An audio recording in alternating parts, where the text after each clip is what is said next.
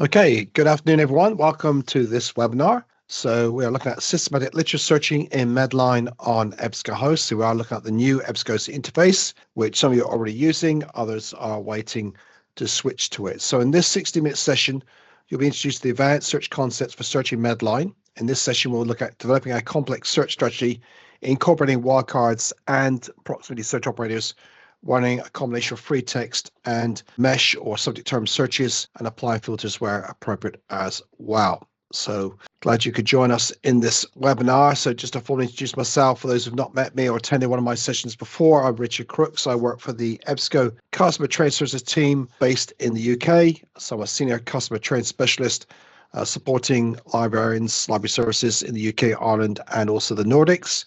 I'm a chartered librarian, having spent 12 years as a medical librarian in various roles in the NHS in England and also affiliated organisations, and now 14 years with EBSCO. Again, welcome to the session. In terms of today's objectives, I hope that by the end of this webinar, you'll be able to plan an appropriate search strategy using the PICO framework. Some of you, of course, may already be doing this. Others have never touched this before, perhaps. So we'll go through that. You'll be able to perform simultaneous title and abstract searches on EBSCOhost. So the new interface allows that now, as we'll see. You'll be able to use the mesh terms, the medical subject headings, for authoritative search results, and also combine the free text keyword searching with those mesh terms in the search history in MEDLINE. So there's an enhancement to that over the last couple of months. So we'll go through that as well. And also you'll be able to find EBSCO training resources in support of systematic searching. So you'll find also updates as to what's happening with the interface as well. So I hope that's what you're expecting from this session. So you may have attended other sessions that are similar to this in the past, but hopefully you'll see something new today. And the first thing then is to have some initial considerations before we get into the search itself. First of all, why am I searching? Why are you searching? What is the purpose for? Is it in support for what? Again, we start from the basics, if you like, as to why we are searching. Also, what am I searching? You know, the kind of content, even the coverage of documentation and so on. And of course, how am I searching? Which resources, what limitations are we considering when we begin to put together a complex search strategy, if it requires that, of course. So with that in view, we then need to look at the types of searches that this could involve. So it could be a simple lookup where you're seeking to identify one or a small number of research articles that meet a narrow set of criteria. So you may be just retrieving specific facts or in response to a particular question, but it may not be such a comprehensive literature search. It could be exploratory, so more like a scoping exercise. You want to learn about a concept or body of research, including its characteristics. Maybe you want to see what's been done before. You consider the terms, the volume of evidence, the type of research as well. Or it could be, as it will be in this case, more systematic. So you're seeking to identify all records, or perhaps a majority, on a specific topic through an unbiased, transparent, and reproducible search.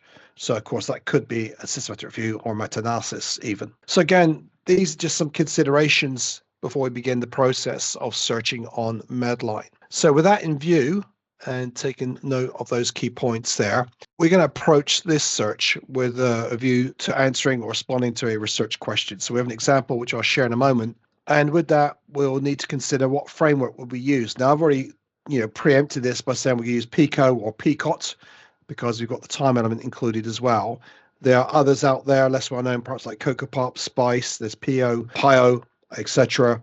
And we'll see some examples of those as well. So again, the framework you use, whether it's PICO, for example, will be determined by the actual nature of the search and the subject matter as well. So it could be non-clinical, for example, but we are looking at a clinical example in this particular scenario. And then also, we need to consider how we're going to devise an appropriate search strategy to search in relation to using this framework. So that means we need to identify synonyms and related terms for each concept that we're searching for. So these will be keyword searches. Also searching for each concept one at a time. And that means we can be more focused if we search both title and abstract simultaneously, and also explore the controlled vocabulary, the medical subject headings provided by the National Lab of Medicine for MEDLINE. We can also enhance the search, expand it by incorporating wildcards and proximity operators, so like the truncation, the near and within operators that we'll see for the EBSCO interface. And also, we'll look at combining those concepts using the Boolean logic, the and or if necessary, the not operator as well. So I hasten to add, although we're looking at the new interface today, obviously a lot of the functionality, particularly in relation to wildcards, proximity operators, what you did in the classic EBSCOs is still applicable in the new interface. Okay, title abstract searching is different somewhat because we now have the feature, the means to search title abstract simultaneously. So moving on from that, we do have this research question, and you can see we've got for patients 65 years and older, how does the use of an influenza vaccine compared to not receiving the vaccine influence the risk of developing pneumonia during flu season? So obviously what I've done here, and you can see here, I've got the key elements highlighted in bold. So we're looking at patients who are over 65, so they could be 85, they could be 80, 70, and so on. The use of the influenza vaccine compared to not receiving the vaccine influence. How does that influence, of course, pneumonia and then flu season as well? With that in view, we will then choose our framework. So again, I've mentioned I'll be using PICO or PICOT, as you see there, which includes the time element. You can have PICO without that, but you've got CocoaPop there, Eclipse, PICO, which involves exposure, along with comparison and outcome. Okay, and then there's SPICE, of course, and SPIDER, some more long-winded ones. So in the past, I calculated about 25 variants or frameworks, and Andrew Booth et al. Identified 38. So again, there's at least 38 out there, and that document there, which is also linked in the PowerPoint, will give you a description of and the context for these searches as well, these frameworks. So again, I'm using PICOT or PICO, and others may be more relevant to your search, depending on the nature of the search that we're running or the subject matter. So with that in view, and if we use this particular framework, so we've got the appropriate structure here, and we've started to populate the details. So this is where we're looking at the concepts, the synonyms, and so on. And the first line, of course, covers the elements I highlighted in the previous slide or two. So older people, specific age group, of course, 65 plus, influenza vaccine is the intervention, no vaccines comparison, the risk of developing pneumonia is the outcome, and of course it's flu season. So we've got aged, elderly, older people, they're more generic, of course. You can use the filter for age group and specify age 65 plus, which you might do. And then we've got influenza vaccine, of course, flu vaccine or flu vaccination. And then the mesh term, influenza vaccines. So those are in uppercase. We're not going to have a direct comparison because also it's just no vaccine. Outcome, pneumonia, pneumonitis, pulmonary inflammation, etc. And the equivalent mesh terms. So the words in italicized in lowercase are the keyword search terms, and the uppercase are the mesh terms. Now, you might not always see or know what the mesh terms are. You'll find that through your searching, etc. Okay. So again, we'll move on from here. So just to clarify then the way we search on the new interface, and particularly in relation to this particular scenario, we are looking at title and abstract searching. So there's a field code now on the advanced search page that is XB. So that's the field code. And although it says title and abstract, so it's one field code, it will search for your keyword terms in both fields, whether they appear in both or either of those fields. So if the words gallbladder, for example, or gallbladder disease or gallbladder dysfunction appear in the title or the abstract, results will be retrieved, or they may appear in both the title and abstract. Okay.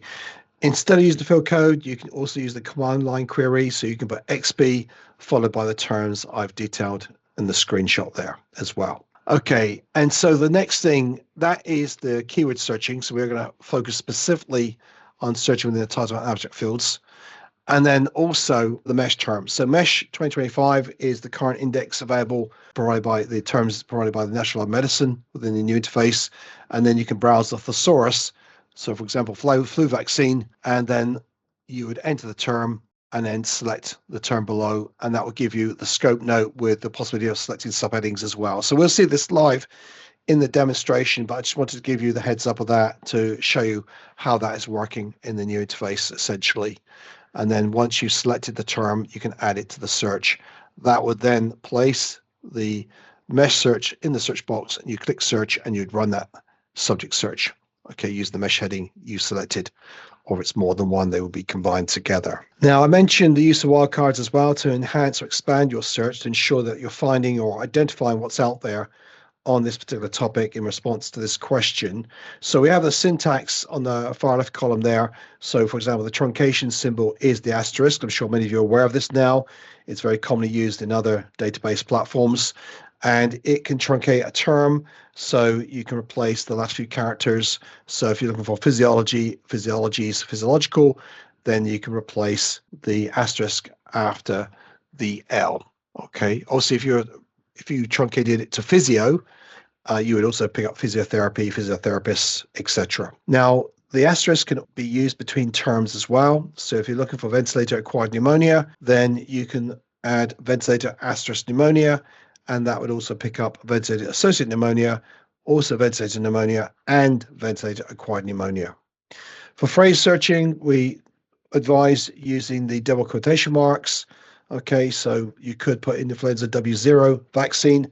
I'll say more about that later, but double quotation marks is probably a better option for that. And then that means when you do enclose terms within a quotation marks, you will retrieve at least one occurrence of the exact phrase influenza vaccine. You might see influenza mentioned separately and also vaccine, but there'll be at least one occurrence of that phrase appearing in the citation somewhere. Wildcard question mark, that replaces a single or unknown character. Useful if you're looking for gender like women or women, then you would have woman, so you replace the A or replace the E, and you'd find both variations. Or if you're looking for organization, then you can replace the S and the Z with the question mark and find both variations. Now, in contrast to that, the hash wildcard is used for alternate spelling. Okay, there is a difference. So if you look at the word color, for example, and use the hash to replace the U for the English spelling of color, it would also find color COLOR as well. Likewise with pediatrics, for the US-UK spelling differences, if you replace the A, the hash would replace the A after the P. For pediatrics, it will find both variations. You can combine wildcards. You see an example here where you have pediatric. So pediatric could be US or UK spelling, and as it's truncated, it could also be pediatrics, pediatrician, pediatricians as well. And finally, perhaps less well known and probably less likely to be used, but it is there, is the hash and the question mark combined, which means that when you replace these characters at the end of a term, like monkey, for example, you would find monkeys, but not monkey. So again, you can use this however you see fit and however it would be appropriate. Okay, so just some examples there of the wildcards, the truncation that you can use to enhance your search, and we'll apply some of this as we go through this session. And then before we get to live demonstration, then just to say a little bit about proximity search operators. Again, some of you may have seen this in the past, still applicable to the new interface for EBSCOhost, for MEDLINE, and we have the near operator. So near finds the words if they are within a specified word range or less of one another, and that's regardless of the order in which they appear. So using a previous example, gallbladder N2, dysfunction or dysfunctional, and I've truncated it so you can have both, means near two words or less. So you might have gallbladder dysfunction, or you might have dysfunctional gallbladder, okay, to illustrate that. Then there's within, so it finds the words if they are within a specified word range or less of one another and in the order you entered them. So for example, using the same subject, gallbladder, W2 dysfunction, means you'll find gallbladder dysfunction, but not dysfunction gallbladder or dysfunction of the gallbladder, or if you truncate dysfunction, dysfunctional gallbladder. Okay, so within is the words are going to be retrieved in the order you entered them, whereas near, it could be in any order, as it were. Okay, so within, you could use, in theory, within 0, and that would find words near each other or next to each other. But again, we generally advise using double quotation marks for the exact phrase. And then finally, multiple terms can be used on either side of the operator. So for example, in parentheses, heart attack or myocardial infarction, N4 statins, near 4 words or less of statins. Okay, that means statins could appear before heart attack or myocardial infarction, or heart attack or myocardial infarction could appear before statins within 4 words. So note that the number is literal. So 4 is 4 words or less, 2 is 2 words or less. In other platforms, for example, Ovid, the number is not literal. So ADJ4 would be 3 words or less. And I verified that with the Ovid website. In fact, this was pointed out to me about 10 years ago when I was on site at the Karolinska Institute in Sweden. And the information specialist told me about this. So I was quite new, relatively new at EBSCO then. So, and it is still the case with the new platform. So a bit of history there. Okay, so live demo. We're going to go there now, and I'm going to switch screens and go to MEDLINE on the new interface. So this is my demonstration site. So some of you may have seen this before, you may have used it before, some of you, but if you're in the NHS in England, you're probably not using it right now. Okay, so we're going to start the search. So we're going to look at this group of patients. Now, as I said, I can apply a age group filter to this search, which I will do initially. So I'm going to focus on the intervention to begin with, which is flu. So, and that could be flu vaccine or influenza vaccine. So what I'm going to do here, again, make use of those terms, those elements I mentioned. So I'm going to type in flu here, and I'm going to add, let's see now, so in fact, let me do it this way. I'll put parentheses, flu or influenza. Okay, and then N3, so that's near 3 words or less of vaccine. I'm going to truncate vaccine so I can get vaccine, vaccines, vaccination, vaccinated, vaccinations, etc. Okay, and I'm going to search for those terms within the XB field, so title and abstract. So it's going to search for those terms if they appear in both fields or any of those fields. Okay, and we'll run the search from here. Okay, so now what you'll note with the new interface, and as a result of the launch of the search history back in October, you'll now see we've got the 3 rows stay above at the top of the screen, the results are below, and then the search history, which is collapsed, can be opened up, and it will display our search string here. Okay, so you see the search string with the field code, we have the set number, S1, we have search options which may or may not have a bearing on this search because we are using a command line query essentially. So we've got proximity, applicant subjects, the results, the database, so we are in MEDLINE, and we have the tools menu. So if at any point in time you want to amend the line of the search, there is the option to edit it here, or you can delete if it's in error. So if you've duplicated it, you can delete one of those sets, and the sets will be renumbered. Okay. So that's the first element. So this is the intervention element of PICO or PICOT, and we're now looking at the equivalent mesh term for influenza vaccine or flu vaccine. So for that, we'll go to the research tools area and go to MEDLINE Mesh 2025. We come to this tab, and now we're going to add here the equivalent search string. So we're going to do, or at least flu vaccine here, and then you'll see, as would be expected, the natural life medicine mesh term is influenza vaccine. So what we can do here is, if we're curious to see more about that, then just click on that link, gives you the scope note, gives you what it's used for. So if you enter in any of these terms or browse the source for any of these terms, it will direct you to this mesh term. So we can select it here. We can see the subject tree below, etc. So you can see influenza vaccine is in bold, and we have that term available. So we're going to search, we're going to request this term now, add it to the search, and what I've done here is, actually, let me just do this now. In fact, we can do it this way. I was going to do it slightly different here, so let me just clear my screen here, and I'll do that again. So let me just do this. Okay, add to the search and click search here. So, okay, so the reason I want to show you this way is that you can combine within the search history itself. Okay, so for this, we can just select both sets. Okay, so combining the title search with the mesh search related to the same topic, and then we'll combine with OR. That places the 2 sets combined on the top search box on the left, and then we click search to combine them, and you'll see that appearing in the result list below. Okay, so we've got the first 2 sets combined.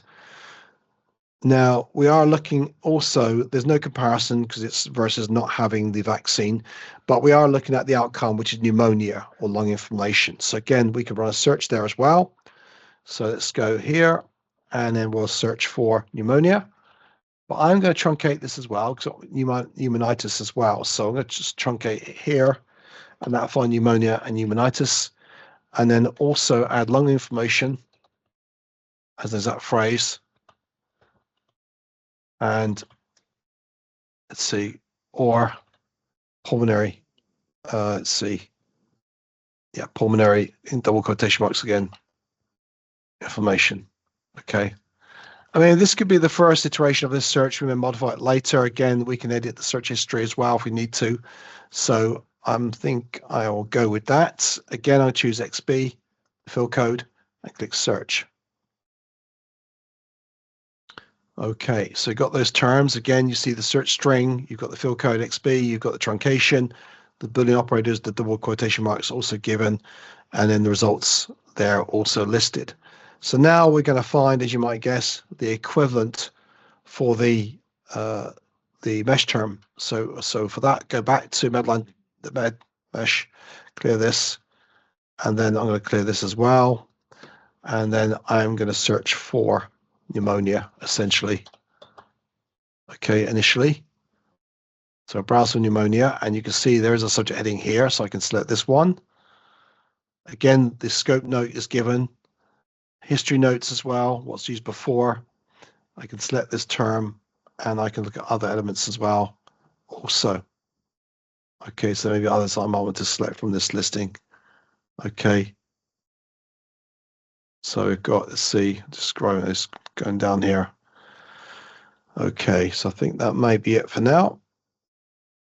Yep.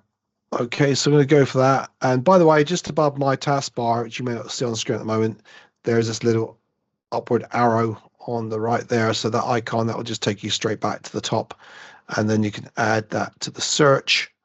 And notice also when you add the search, it gives us the MH fill code, the mesh term. So we know this is an exact mesh term, and the plus sign indicates it's exploded to include those other terms as well. And if you want to see what they are, then just go down again and you'll see we've got the others, bronchopneumonia, for example, also included here. And then we'll click search here. So again, we're running the search, and we'll combine that second set, which relates to the actual outcome. So S4, S5, and we'll combine the two together, or here, and then search.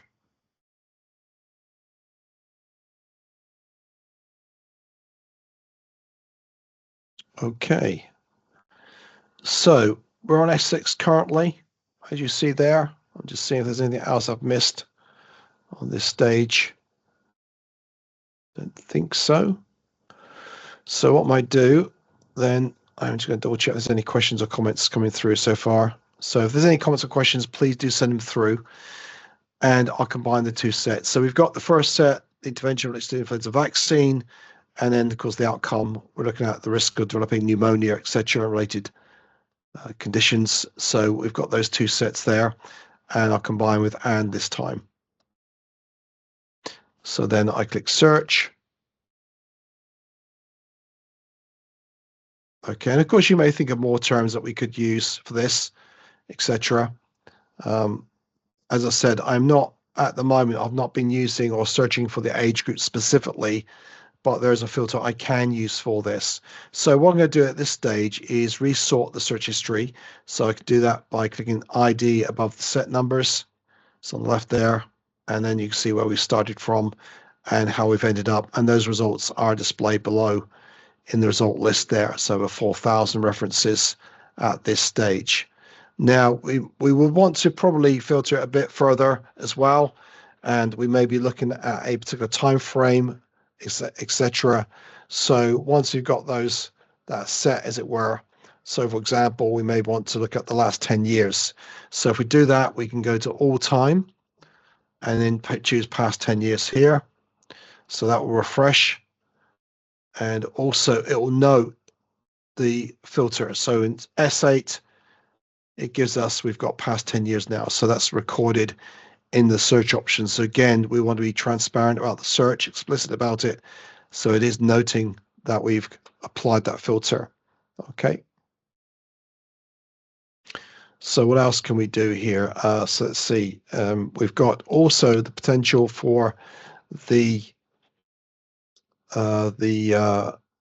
actual adult population. So for that, we can go again to all filters here, and then scroll down, and you see age, and we know it's for those over 65. So we have got that option there. So if we select this option and apply, we're now going to limit our search to that population group.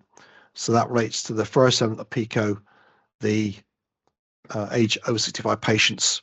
Okay, so again, who are taking the influenza vaccine. So we're now restricted it, limited it to a particular age group, and we've got our results here. We've got 756 here, which is fine for the first search, as it were, this iteration. And you can see we've got the key terms are highlighted in yellow in the title fields, and then they're in bold in the other areas, including the abstract. And to view the abstract, you can click Show More here. And then likewise, if you want to see more of the index terms, the mesh terms that are used to identify this content as relevant to our search, then click the link there. So again, that's plus 14. So both these two records have an additional 14 subject headings as well. Again, show more. You can expand the abstract where appropriate as well. So by default, when you view these records, you will only see the brief record, the brief citation with the first two lines of the abstract, unless it's been configured by your library administrator. It could be you, it could be a colleague, to display the abstract up front. So that's possible.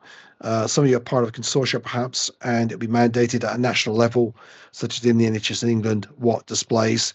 But you may be a single institution with MEDLINE EBSCOhost in a new interface, and then you can configure the display to show the abstract up front for each record as necessary. Okay, part of this is to reduce the cognitive load on users, a lot of white space too, and also to support screen reader navigation. So again, there's some logic as to why the things appear as they do. Okay, but it can be set to show the abstract up front for each reference, which has one as well.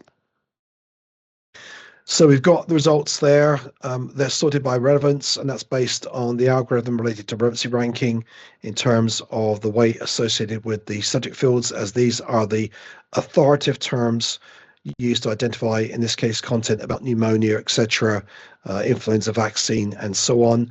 You will also notice that the filter for age also, if I click through to the title itself, actually, you might see it more clearly. If I scroll down, yeah, you'll see, in fact, age 18 over. So we chose age 65 plus, and that would also include those aged 18 over, right? So it's only on after age over 65. But on this record page, you'll see, obviously, where it's published, the database, the authors, additional information, the title, authors are linked through to the source and so on, etc., and then the full abstract. And also the references are given below as well. Okay, you can also see the references on the tab as well here. And notice you can also save these as well using the bookmark icon. Okay, and then if you want to look at the publication contents of this journal, you can see other articles also listed there that may or may not be related to this topic itself. Within this page, you'll also see various tools here. So the bookmark icon to save this record, the cite tool here, so you can copy the citation in Harvard format if appropriate. Otherwise, you can change the format here. And you have the export citation. So if you want to export this to EndNote, you can, or RefWorks, or in RIS format. So it's a direct export. The Add to Project option that allows you to create a project and save items to a project. So it's your custom folder. So if you sign in here, and for this, you would need to be signed into your EBSCO personal account. If you don't have one, you need to create one here. Okay, if you work in the NHS in England, they have EBSCO single sign-on. So once you authenticate with Open Athens into MEDLINE or CINAHL, for example, then your folder should automatically be created for you. And then you add the first name. So for those who don't have the single sign-on, you add your first name, last name, email address, create the password. It's your choice, but please note the criteria below. Agree to the consent form. That's a must. But we do provide the privacy policy if you have questions about what data EBSCO collects and holds, and then create the account here. And then you would sign in from here. So I sign in here now. Okay. So you would, at this stage, you could create a project here. So for example, I have all these projects here, but this is a new one for me. So what I'm going to do here is create a new project, and I'm going to put in influenza vaccine and pneumonia. Okay. I can give it a date if it's a project I'm working on, if it's a search that I'm working on for a user, for example, or for a clinician, then I can choose the date to assign that to, so when I know I need to complete it, if I want to make any comments or add any notes, I can do so in the description field. But I can create that now. And if I go to projects on the left, you'll see now I have this project here. Okay. So also while we're here, just to let you know, if you've not switched to the new interface yet, and even if you have, you can get a report from the previously saved items in your custom folder in the EBSCO classic interface, as it were. So classic EBSCOhost. So you click get report here. And then when that changes to download report, which it might do in my demo account, sometimes it doesn't, then you would download the report, which give you a spreadsheet detailing the content. So download report here will then create a spreadsheet, and it would I'd save that, and it would give me the information about the folders I had, the content in those folders, etc. So that means we don't migrate the content in a custom folder to the new interface. You need to access it through that report. If you have it in the traditional EBSCO saved folder, that will be migrated. Okay. So again, just to bear that in mind. Okay, so let's go back. So I'm just going to come out of the full screen mode here and go back. And let's go back to the search briefly, because I want to just comment a bit further on that as well. So what I might do is just go back further here and review the search history again. So I'm going to go back to ID here. So again, you can see here the filters we've applied have been noted in the search history, so the past 10 years and now the age 65 plus filter. Again, if you want to go into any of these search strings, for example, S4, click the tools menu, go to edit search details, go to edit search. It will bring up the actual search on the screen. And then if you have other terms to add or truncate or whatever it might be, reconfigure this search, you can add that here. Okay, and then you can update the search. So you can enter line by line. Okay. Again, to resort this. You can also delete a set as well. As I said, if you don't need this set, you can delete it from here. And also you can download the search history. So if you want to keep a record of this, then you can just simply select the set numbers, and then you can download from here. Choose the format PDF, MS Word, for example, or RTF, which I generally recommend at this stage because MS Word tends to put each set on a separate page, whereas RTF does group them together. And then you can download from here. I think we'll have a question here at this stage. Okay, sure, Grace. Can you please show us again how you added the age filter for population group? Yes, I could go through that. So just to outline then, so this is saving the search or downloading it, and then just so that you can see it, I'm just going to open this up for you, and I'll drag this across. So this is my search here. It gives me the set number, the query, the expanded display, okay, especially important when you're combining terms, and then the date run, etc., the numbers, etc., and the other elements also included. So again, this is in Word format, so if you need to edit that or cut and paste it into another document, you can do so. Okay, so that's downloading the search from this search history here. Okay, again, you can be collapsed or hidden in the background if you want to focus more on your results. So just to clarify then, once more, in terms of filtering and applying age group, then you would just go into the All Filters button, and then with the panel displayed on the right, if you scroll down, you'll see you've got age there, and you can click the arrow and you can see the different age groups. So you can apply others. So if you wanted to switch from age 80 to age 65 to age 80 plus, you can do so there. Okay, so again, that's the filter there. And now the filters like gender, for example, here, also geography, also listed here as well. And you can sort these references alphabetically too, as well, if that's easier for searching. For example, United Kingdom's come up here. Now I've sorted Z to A. But by default, the hit count is listed first.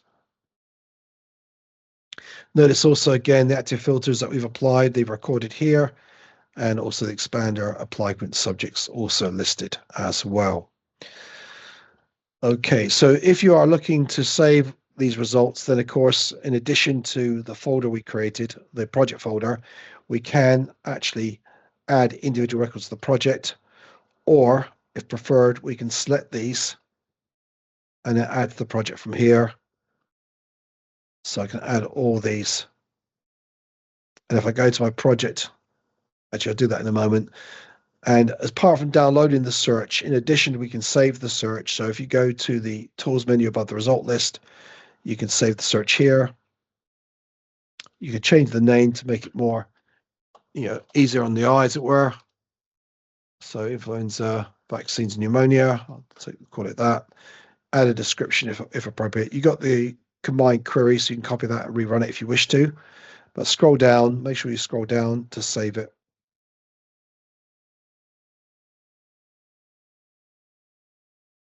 Okay, so Abby's just commented there, my login doesn't seem to show a search history option. That is correct. We probably need to know which institution you're at, because not all of these, and I'm just going to close this a moment. So that hasn't been rolled out for everyone. It is nationally in England. It has been applied to accounts, but in other sectors it hasn't been. So again, that's something that we'll need to switch on for you. Okay, so if you don't see it currently, it's simply because it has not been enabled. It's available. So again, we need to know from yourselves. You can talk to your local account team at EBSCO to request that it be switched on. But that should be the only reason why you don't see it. So that works. Yeah, that works with the advanced search page, basically. So you have the advanced search page selected, and then you have the advanced search result list also selected, and that's in the EBSCO Experience Manager tool. Okay, you may not have admin rights to that. You may have other colleagues who do, and that can be switched on. But let us know, contact your EBSCO account team, and we can follow that up for you. Okay, I will leave you my email address at the end in case you need to contact me directly as well. So again, I'm showing you something which is live on this demonstration site, but it is available, but it may not be shown for yourselves. So again, that can be enabled. Again, it's your decision on that. We're not forcing it on anyone, but obviously for more complex searches, this is going to be really useful. Okay, so in terms of, again, apart from saving these, you can also download them as well. So again, PDF, Word document, BibText, also we support XML and so on. So again, you can select that number to the project, of course, and you can also export them, share them here, sorry. Google Drive is supported, as is OneDrive, and we also have the option to email, okay, the references there, okay. So you have that option. Now, if you're using EndNote, RefWorks and so on, and you want to export this complete list, you can do so. So we've got over 750 records. So you go in and you can choose the export option. So you can export up to 25,000 records in one sitting, in one session. So if you click that option, you will be required to sign into My EBSCO if you've not signed in already. It will then give you this option. Now, the maximum amount of results that can be exported is up to 25,000. But within a 24-hour period, it could be up to 100,000 in total. Okay, so in one sitting, you can only export up to 25,000, which generally should be sufficient for most, but it does allow an upper limit of 100,000 results per 24-hour period. You would add your email address, that of others if necessary, and then you could choose the format, BibText, RIS format, for example, and then send. So you would receive confirmation, a link to download the metadata for your results will arrive in your inbox, and then you have 7 days to retrieve those items by clicking on it. So that link is valid for 7 days, essentially. Okay, so that's how you export directly from the result list. Again, if we go to projects, where we store some items now, so there's our project folder, and you can see now we've got these records, and we've also got, oh, we didn't save the search there. I thought I'd done, I know what I did. Let's go to saved. So what happens when you save the search, it's saved here, as you see here, but I can select and then add it to the project. Again, same folder, add now. And then if I go to projects, you'll see in those vaccines, I've got the records still there, plus the search itself. Okay, so I have those there. So again, from the projects folder, if you've moved things in the result list, the project folder initially, and you then want to export them, etc., you can do so. So again, you can select here, you can download from here these records in the appropriate format, and you can add to the project. You don't need to add to the project now, but you can do a direct export from here. Again, choose the appropriate format for this. And then if you don't need any of these records, then you can just go in, select or deselect, and then, once you do that, it will give you the option to remove, delete those records as well. If you go to searches, then you can go in and you can see the search details here. Again, you copy the clipboard from there if you need to. And you can also go in and delete the search from here as well. Okay. So that's the projects folder. Also, for your information, recent activity has recorded what we've been doing, so including the search here. So you'll see it's in reverse chronological order. And if you want to see that in sequence, go to the newest, select oldest, and you'll see where we started from quite clearly there, and the various set numbers there as well. Okay. So you can go in, you can also download the search history from here as well in the appropriate format. As you see, you can also add to the project if appropriate, but you can also delete this as well if no longer required. Okay. And then any viewed records will also be stored here as well. So we looked at this record earlier, so that's stored here. Again, we can download, we can add it to project, we can edit it once we select it, and we can delete if no longer required. Okay. So let me just double check here if there's anything else I need to share with you. I've not done so far. I think at the moment we're on target what we plan to cover. Just keeping an eye on the time here. So let me just see here. We may need to go back in a moment. Okay. So again, if there's any more questions or comments, please do let me know. If I need to review with you at this stage while we're on the interface, then it'd be good to know. I think there's a question coming in.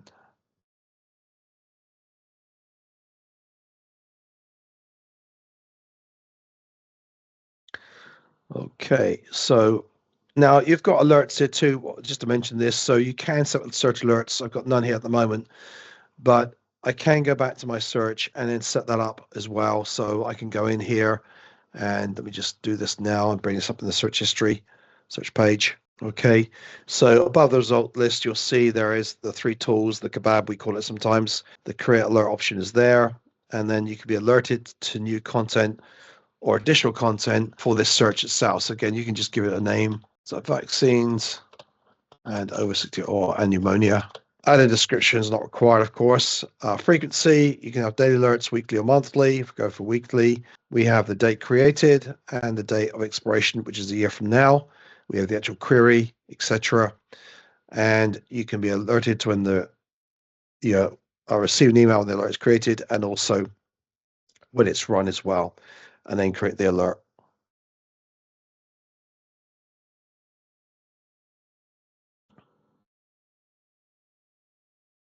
Okay, yeah, question here. So that's created. Let me just show this before I answer the question there. So close here, and then you'll see there's the alerts feature under my dashboard on the left, and you'll see the search alert. We also have general alerts, by the way, which are supported. And then you'll see that is date stamped. It's a frequent alert. And if you want to view the results of that alert when it's run, then you can do so. Or if you want to just edit this and maybe want to change the frequency to monthly, for example, if it's coming to an end, you can extend it if necessary.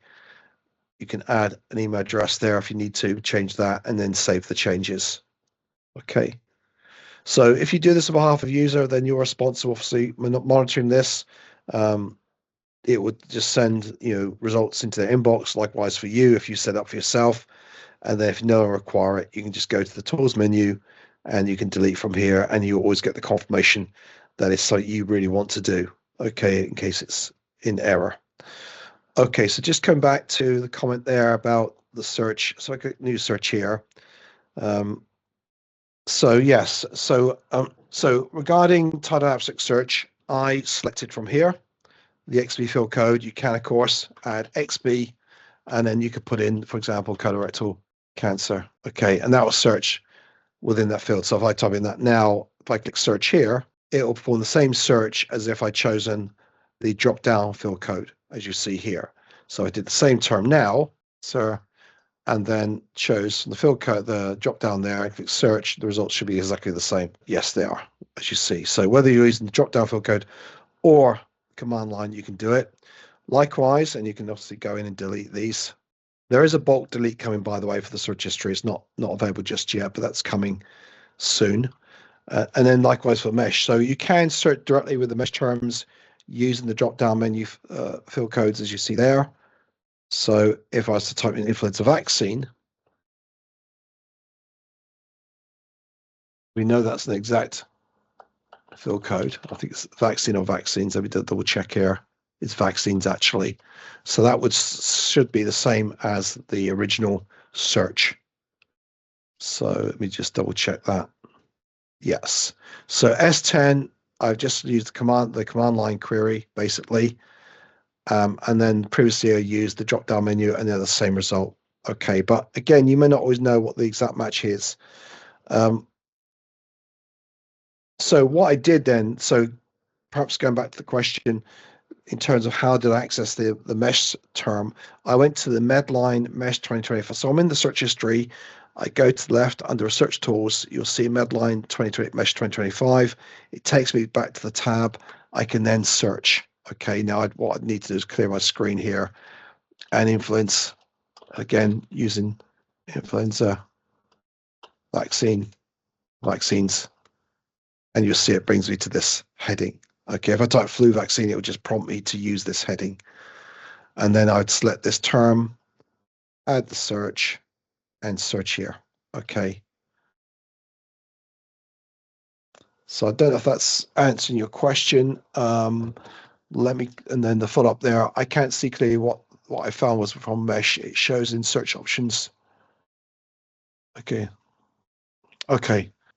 So to verify that I've used mesh, each time I choose a subject heading from the mesh 25 index term, the MH is the field code prefixing it. Okay, so MH indicates it's an exact medical subheading, a mesh term from the index, from the National Allied Medicine Index. So the mesh terms are the index terms, and MH is the field code. So that I know when I look at that search history, I know MH means these are subject terms.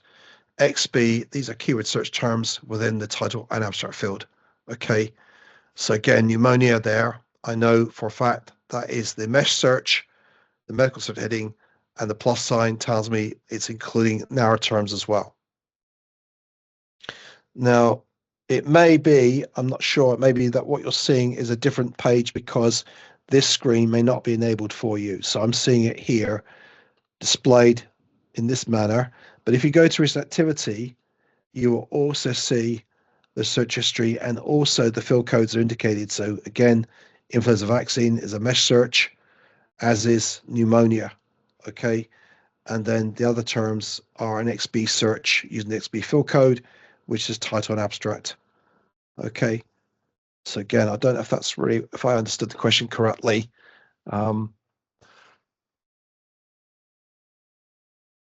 Yeah, so I'm just going to reread this again. So when you did keyword searching, you selected title and abstract. Yes, that's right. From the all fields drop-down menu, when you use mesh, did you also choose something from the all fields drop-down? No, because I went directly to the MEDLINE mesh 2025 index tree, subject tree.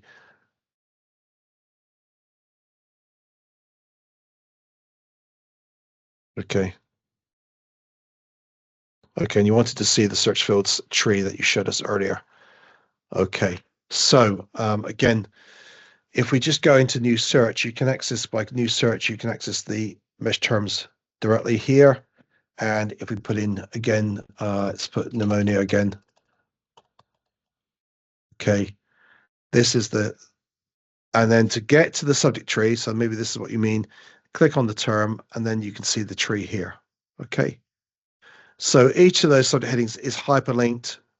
You can select it without going to the subject tree, but this is quite useful because it gives you a description or scope note for that term, that condition, what it's used for, the history notes, so what was used previously, and then the tree itself. So the mesh tree from the National Allied Medicine.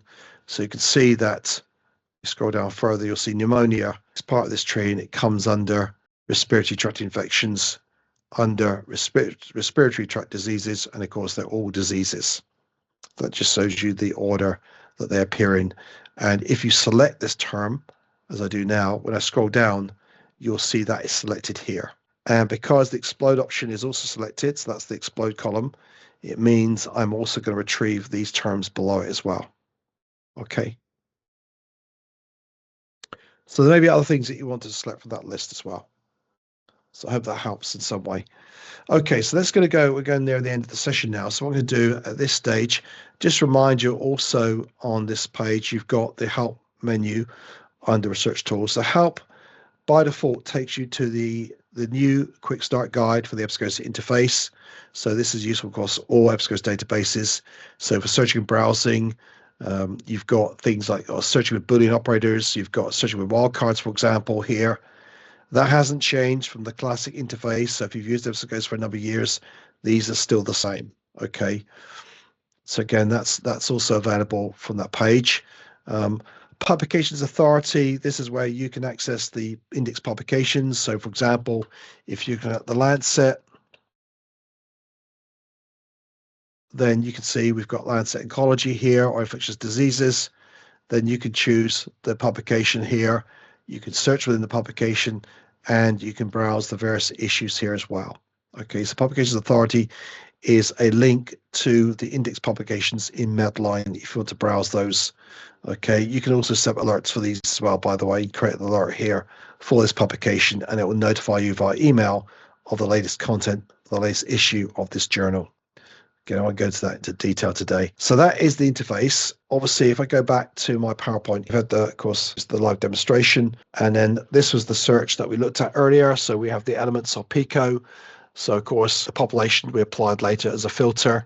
So we have the influenza vaccine filter search, both the keyword search, the title abstract search, and the subject search, the mesh search. Then we had the outcome element, which is pneumonia and related terms. Again, title abstract, which is represented by XB, and the subject search represented by MH as the field code. And then, of course, we combined them. And of course, when we applied parameters, they were also listed in the search history. Okay, and also the database was indicated as well. So again, for reproducing it, you can see that information. And of course, once you've identified some key articles, you may want to then look at those. There's a cite tool there, of course, and you can copy or export the citations as needed as well. Now, for those who are new to using the EBSCO databases, whether it's a new platform, just new altogether, then we do have this help sheet on the search syntax, which gives you more information and examples of using the things like XB, the MH field code, etc. as well, and more, as well as the wildcards and truncation. So it does give you the actual syntax, and it also gives you examples of how you'd use that information. Okay, so there's a link there to the document itself. And in terms of other training support, we do have the EBSCO UK YouTube channel. I have got an older version of this session that is available still on this channel if you want to watch that. I will get this one edited and made available as soon as possible. Obviously, with things changing, we do update them quite regularly. Typically running two of these a month. So again, every 2 weeks, I'm updating the recording at the moment, but there are some current ones still there there are still ones there that are obviously applicable today. So again, worth watching those. And also EBSCO Connect is the main support portal with information like tutorials, handouts, and so on. And also links to EBSCO Academy, which is our e-learning platform. There are more videos there for searching on the interface. You can look at e-learning courses and also find additional training there as well. And for those who are especially focused in the healthcare resources, we have the training portal here, which groups together not only training in relation to healthcare databases and so on, but also the support information as well. So again, additional handouts, tutorials, and so on. So again, worth a look there. And I have included some of the key documentation for this session that relate to some things we've covered today as well, so you can explore those further in your own time. Okay, so I know we're at the hour mark, which means we are within time, but you can, of course, obviously contact me directly at rcrooks@ebsco.com. But if you have any technical queries, we do advise contact our support team. You can reach them, and I'll put that in the email, eurosupport@ebsco.com. So that is the default email for any technical inquiries, unless you're in the NHS in England, in which case you go to the service desk. Okay, thank you very much.